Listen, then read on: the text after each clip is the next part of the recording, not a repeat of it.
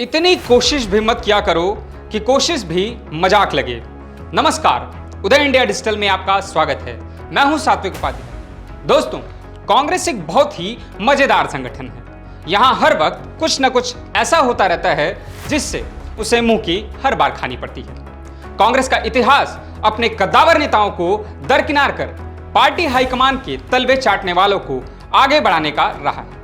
समय समय पर पार्टी को इसका खामियाजा भुगतना पड़ा है, लेकिन कांग्रेस है कि सीखने को तैयार ही नहीं है। और अब तो और मुश्किल है, क्योंकि 50 साल के चीर युवा कांग्रेस की युवराज तो किसी की सुनने से रहे। वह अपनी खुद की ही सीट के लिए तो जद्दोजहद कर ही रहे हैं और अब राजस्थान में पार्टी की लुटिया डुबाने के लिए भी तैयार हैं। कांग्रेस के इतिहास पर नजर डालें तो आपको दिखेगा, उत्तर प्रदेश में इंदिरा गांधी ने 1975 में मुख्यमंत्री हेमवती नंदन बहुगुणा को बर्खास्त कर दिया और राजीव गांधी ने 1988 में मुख्यमंत्री वीर बहादुर सिंह की जगह नारायण दत्त तिवारी को नियुक्त किया।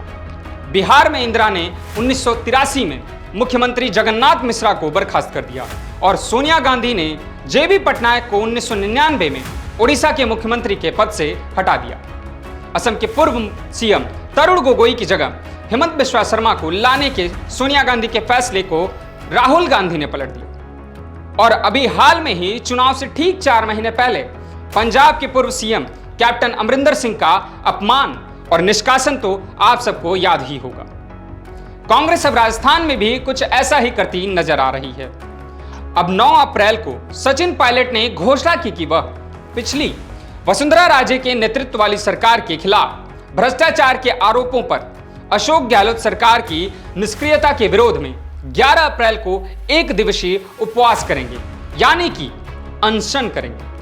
अब इस बात में दुविधा यह है कि पायलट का यह अनशन कहीं पार्टी के लिए निराजल व्रत के रूप में न उभर के आ जाए। मैं ऐसा इसलिए कह रहा हूं क्योंकि पार्टी करने कुछ जाती है और हो कुछ और जाता है।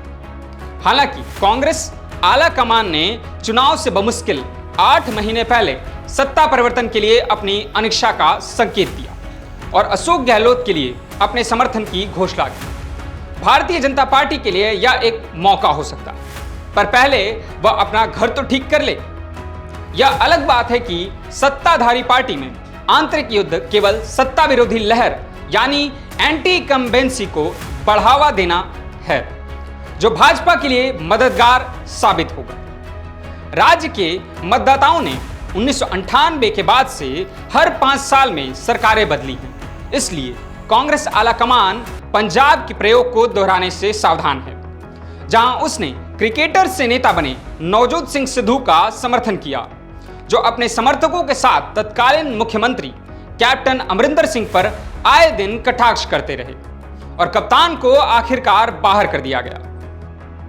मार्च 2022 के विधानसभा चुनाव में कांग्रेस का पतन हो गया।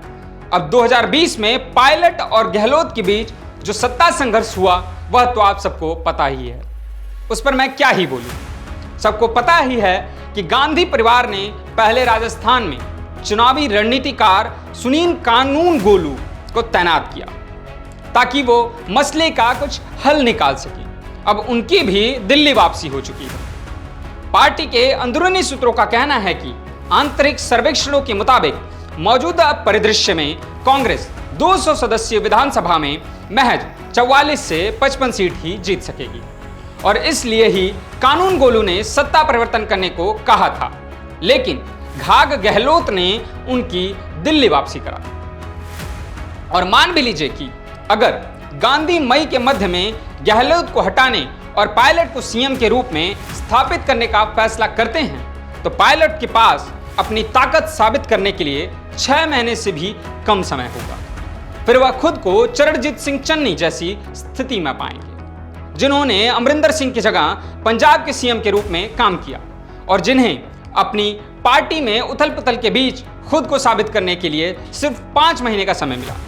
चन्नी बुरी तरह विफल रहे और जल्द ही राजनीतिक गुमनामी में चले गए। मान लीजिए कि कांग्रेस 2023 के चुनाव में सत्ता बरकरार रखती है, तो गहलोत अपने शासन मॉडल की जीत का दावा करेंगे और शासन करेंगे और पायलट को किनारे पर अपने घावों को भरने के लिए छोड़ देंगे। और अगर कांग्रेस चुनाव हार जाती है तो गहलोत इसके लिए पायलट के नेतृत्व में आंतरिक विद्रोह को दोषी ठहराएंगे। 45 वर्षीय नेता को राजनीति में अभी लंबा समय तक करना है, लेकिन विपक्ष में 5 साल भी संभावनाएं किसी भी समय केंद्र में उनकी पार्टी के सत्ता में आने की बहुत कम उम्मीद के साथ किसी भी महत्वाकांक्षी राजनेता के लिए चुनौतीपूर्ण है। अब राजस्थान में कांग्रेस में क्या गुल खिलाएगी यह तो वही जाने, लेकिन आप जनता जनार्दन हैं। आपको फैसला करना है कि आपका राज्य, आपका देश भविष्य किस ओर जाएगा, या फिर वही ढाक के 3 पात वाली राजनीति में हिलोरे खाएगा। जय हिंद, जय भारत।